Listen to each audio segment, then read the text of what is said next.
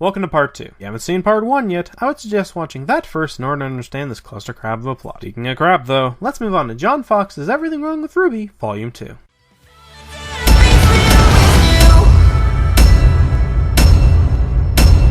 In the first 5 seconds, we were met with obnoxiously loud music. Glad to see that in the year gap between the video my dark side covered and this, you have learned jack shit about editing, or syncing the audio correctly. That is not the sound of closing a book.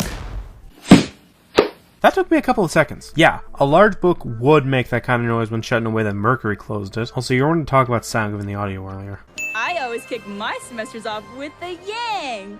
God damn it, Barb! Oh my god, Yang made a pun. I better seen it. Also, random media clip in the CinemaSins ripoff. What, too lazy to make your own reaction so you had to show someone else's clip? Come on. Well, hey, it's a good thing you don't sin another pun in this. Utter satisfaction. Oh, come on. How is a pun a sin? Legit. How? You know what? Screw it. From now on, every time he sins a pun or reference to something, I am skipping it. Because if all he's going to do is sin for a simple reference or pun, why should I repeat the question, why is this a sin? Nope, don't recognize your face at all. Probably because she couldn't. Seriously, in the pilot, Cinder's face was obscured by shadows and darkness, so there was no way RWBY could see said face. And if you want to argue the eye, she saw a glowing eye. This one isn't glowing. Nonsense instead of actual dialogue. And I see that you continue to miss the point of certain scenes being done for the sake of comedy. If you want to argue that some of your previous points were jokes, again, your tone is exactly the same, so it's very difficult to tell. Yeah, it's almost like tone means something in a lot of comedy. These guys fall before they're even kicked. So I decided to go frame by frame on this one, and guess what? The robots fall when the kick of the new ones hit their shoulder. Sure, it happens before the complete animation of the kick, but you can still see the boot of the new robots hit the older ones. For the sake of comparison, it's like kicking a small garbage can you have in, say, the bathroom. While you do the can falls before you finish the kick up to, usually about your stomach, because you're still putting enough force into the kick that it'll cause the can to fall over when your foot touches the can. Okay, yeah, this took way longer than it needed to. Hopefully I don't have to do that again for the rest of the comm. Considering all the other superhuman feats we've seen so far, how is anyone surprised by this?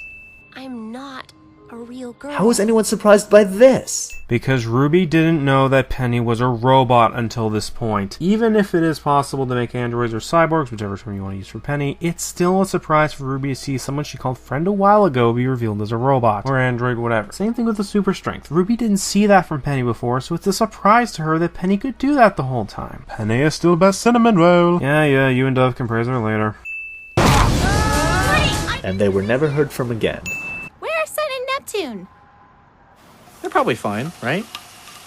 Probably. The same episode. What the hell, JonFawkes? Anyways, this video is starting to drain on me, so let's just skip ahead. What?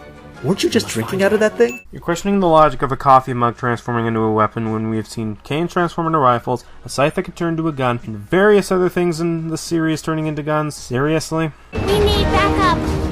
Let me call Jean. You need backup, and the first person you think to call is Jean. Well, yeah. He's the leader of Team Juniper and all that. Plus, you know, he can notify the other teams about Team RWBY's situation. But sure, contacting John is clearly a stupid idea. That blade could not have physically been in that sheath.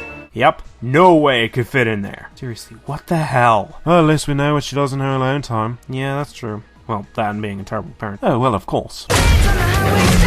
Nutshots are effective against Grimm. Thanks, Captain Obvious. It's been a while since you showed up.